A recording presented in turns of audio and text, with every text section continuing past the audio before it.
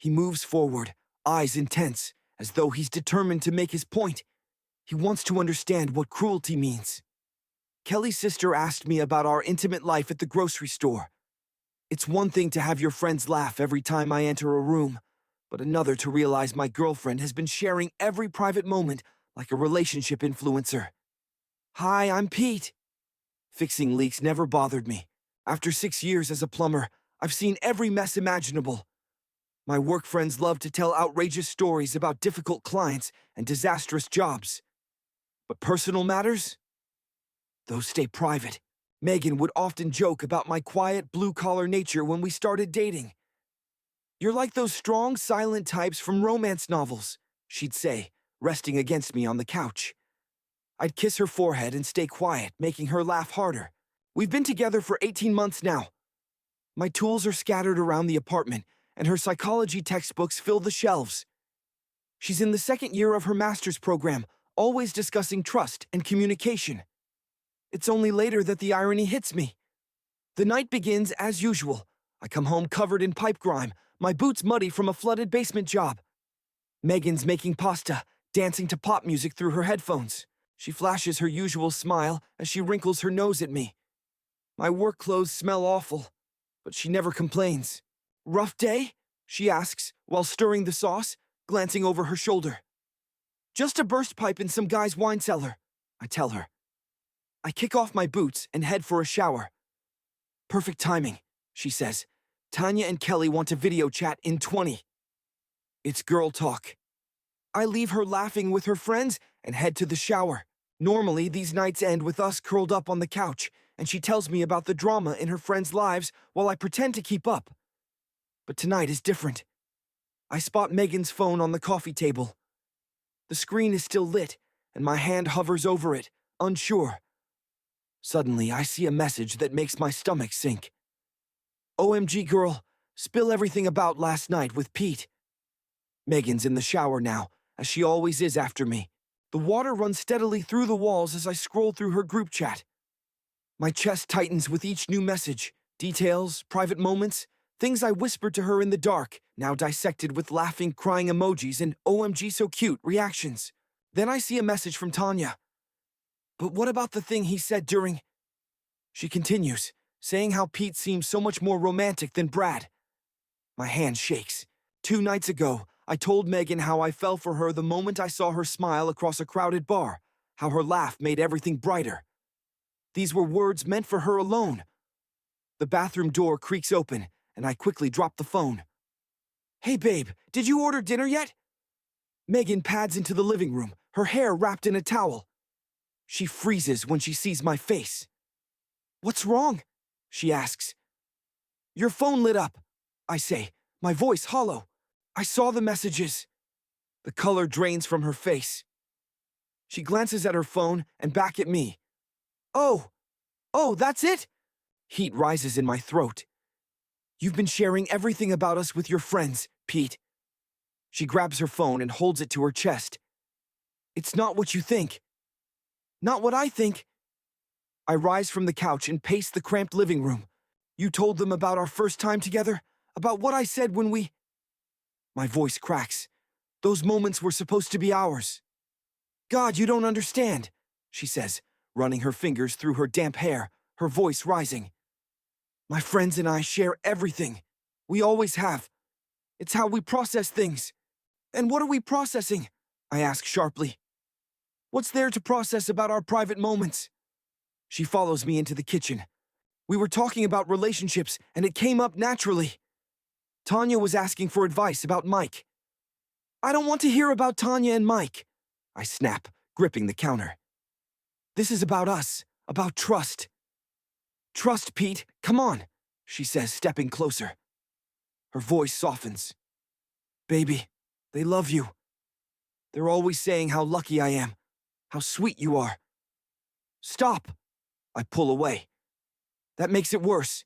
Now, every time I see them, I'll wonder what they know, what private moments they've laughed about. Her eyes glisten with tears. You're twisting everything.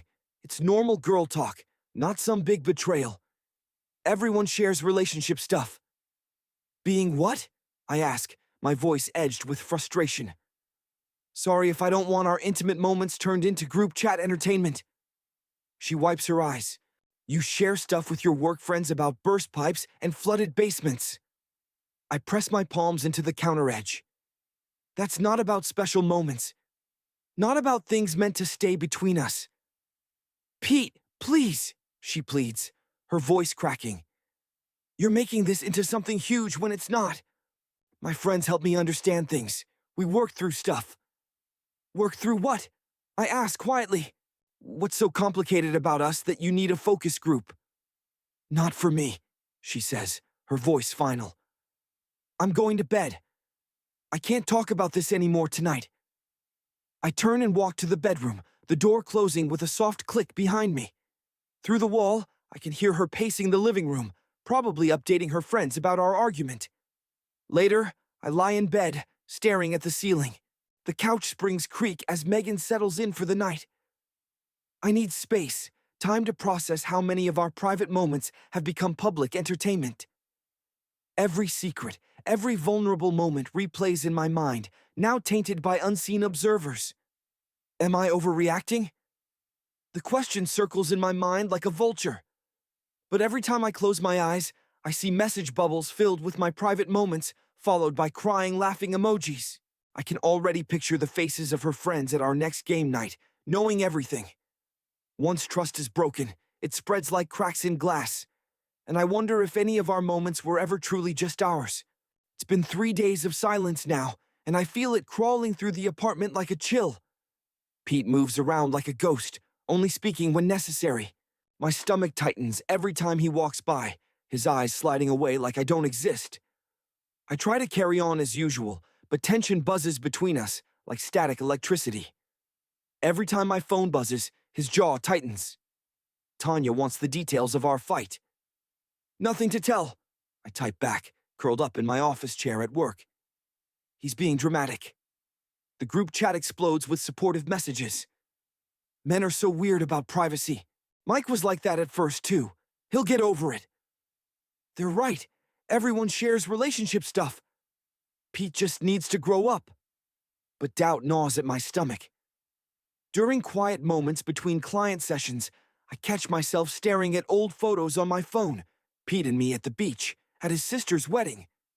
In every picture, his smile reaches his eyes. Now he barely looks at me. You need to stand your ground, Kelly says, whining at her place. Next, he'll be checking your phone. I nod, swirling my glass, but Pete's face when he saw those messages.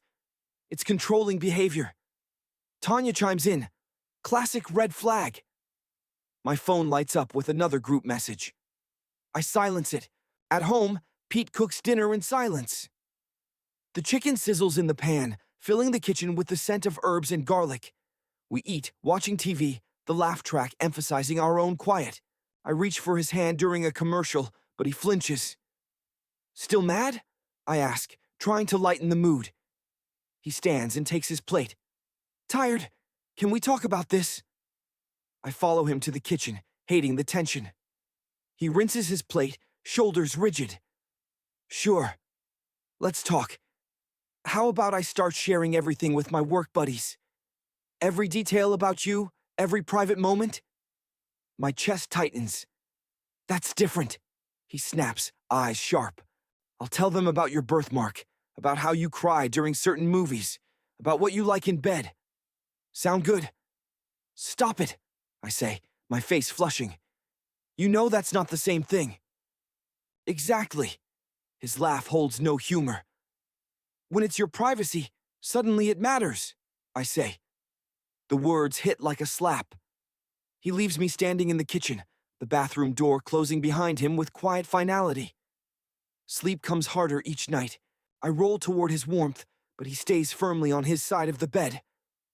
The wall between us grows, brick by brick. Tanya texts again. I stare at the message, my thumb hovering over the keyboard. For the first time, sharing feels wrong. But these are my friends. They've been with me through everything. They deserve to know what's happening. He's still being weird about it, I type. The response floods in. OMG, so toxic. He's trying to manipulate you. Stand your ground, girl. Their words feel empty now. In bed, Pete's breathing is slow and controlled, his back a solid wall between us. I reach for my phone, instinctively trying to find comfort in the group chat. The screen fills with concerned messages, analyzing Pete's behavior, offering advice and support. But with each new notification, the knot in my stomach tightens. When did sharing everything become so difficult? The next day at work, a client mentions trust issues. The irony isn't lost on me. I'm supposed to be studying relationships and human connection, but instead, I'm watching my own relationship fall apart over something that should be simple. Kelly invites me for coffee. "You need to get out of that apartment," she says. "It's toxic." I nod, but the word doesn't quite fit. Pete isn't toxic, he's hurt, and that distinction matters. But I can't explain that without revealing too much, and that's exactly what started this mess. My phone buzzes with another group message. I turn it face down. The gap between Pete and me grows wider every day. Every conversation feels heavy with unspoken accusations, every touch laced with hesitation. Even our morning routine, once a smooth exchange of shared space and casual intimacy, has become a careful balancing act of distance.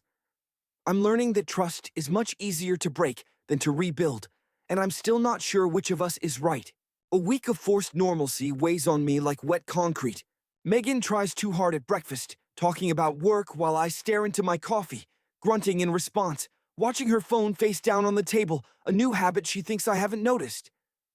I suggest a walk in Palmer Park, neutral ground. "We need to talk."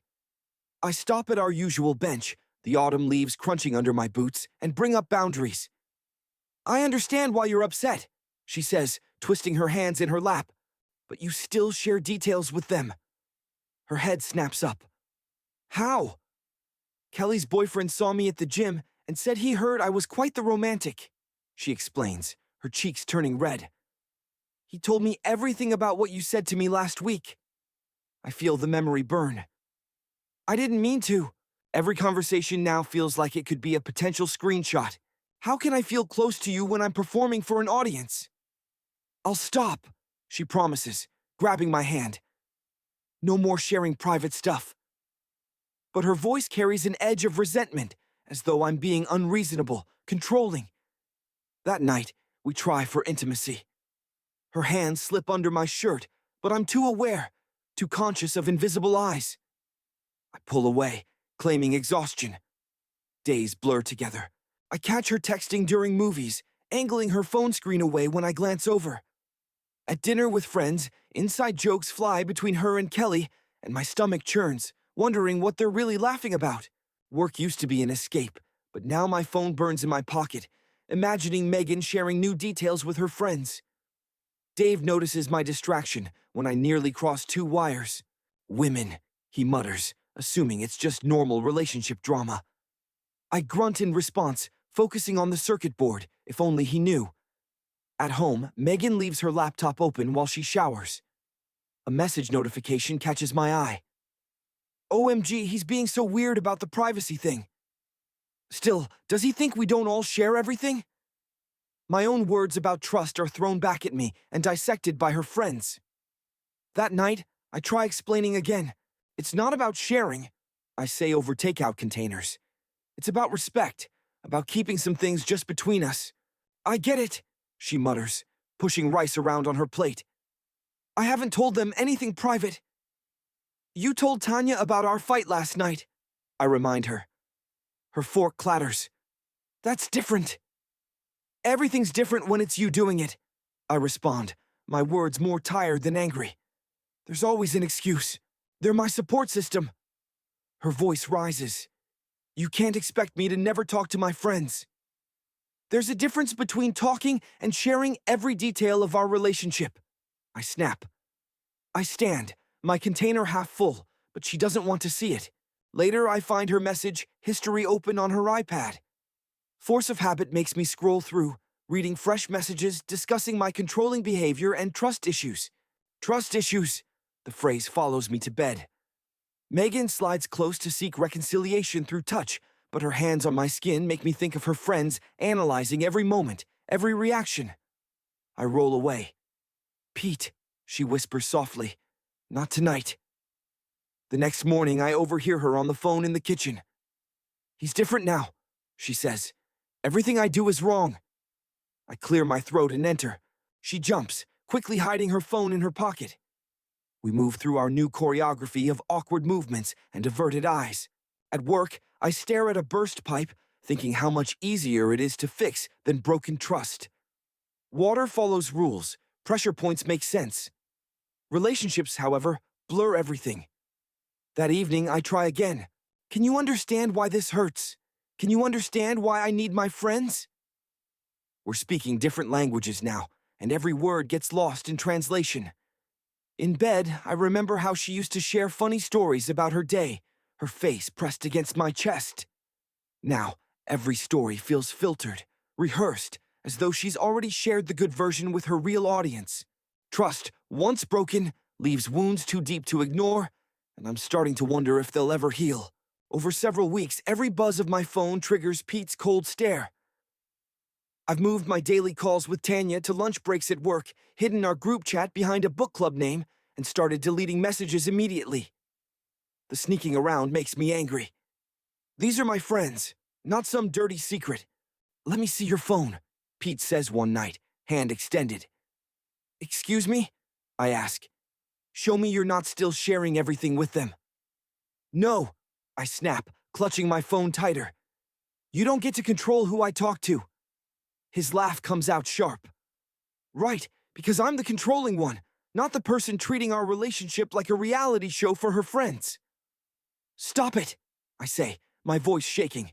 You're being cruel. Cruel? He advances, eyes hard. Want to know what's cruel? Having Kelly's sister ask me about our sex life at the grocery store? Having your friends giggle every time I walk into a room?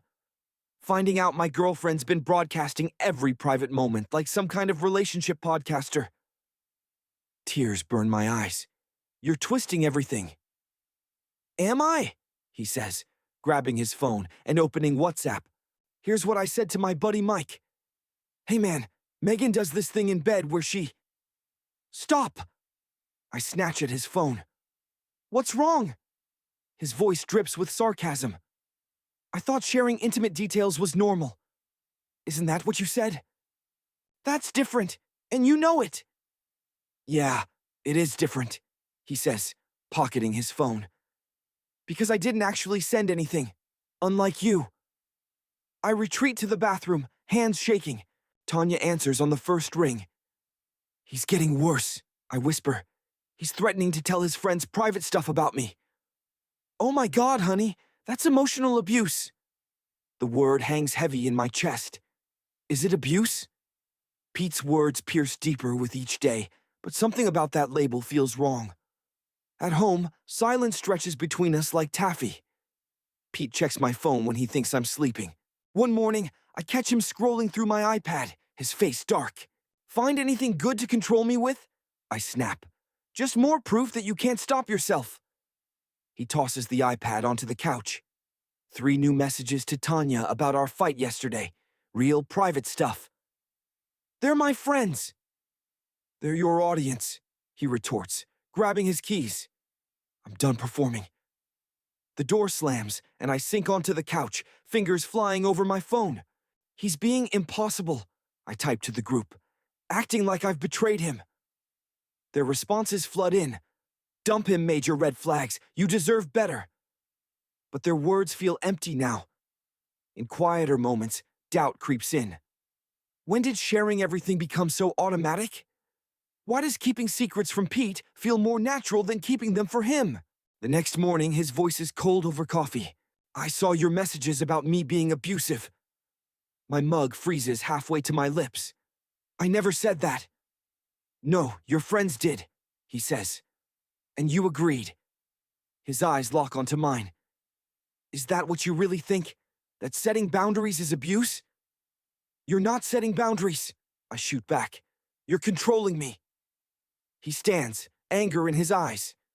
Right, because asking my girlfriend to keep our private life private is controlling.